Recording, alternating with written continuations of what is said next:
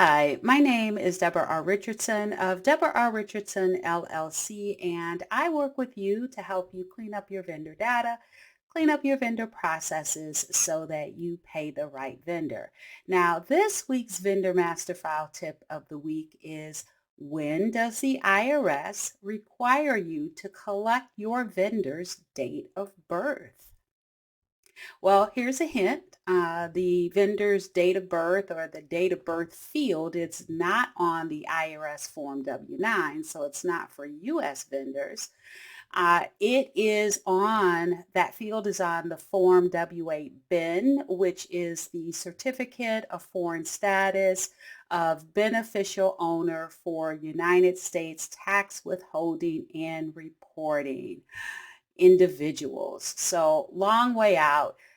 This form is for vendors that are individuals who are not U.S. citizens, and you may call them non-U.S. vendors or international vendors or foreign payees, non-resident aliens.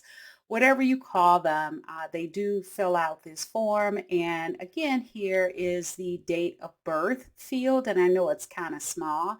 But now let's talk about when does a vendor that is an individual that is non-U.S. or non-resident alien submit the W-8 bin, and when do they need to give you their date of birth?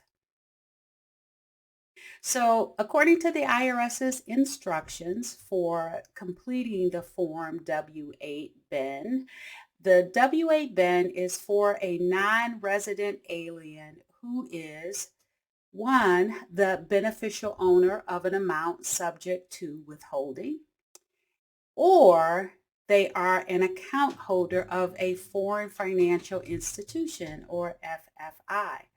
All right, so now we have the two scenarios in which they need to submit the form, but when do they need to fill out and enter in their date of birth? That is when they are completing this form as an account holder of a foreign financial institution. So my guess is that most of you out there may have never collected this date of birth. And if you do, by the way, it is considered sensitive personal information. So make sure you're only collecting it when it's required, and then you're also securing it in your vendor master file, and you're not giving people access to see your foreign vendor's date of birth. Now, if you want more training on the IRS W-8 bin and W-8 bin forms, because these are the ones that Accounts Payable receives most often, what to look for when accepting from your vendor, more importantly, when to send it back if they haven't filled it out correctly, I will put a link in the description to a monthly training that I have. I have it the first Wednesday of every month. So if you're interested, take a look and see if you'd like to enroll. And if you'd like more information on how to improve your vendor process, please go to my website, debrarrichardson.com, for free tools and resources to avoid fraud, regulatory fines, and just overall bad vendor data. So good luck, and be sure to subscribe and hit the notification bell to be notified next Tuesday for the next Vendor Master File tip of the week.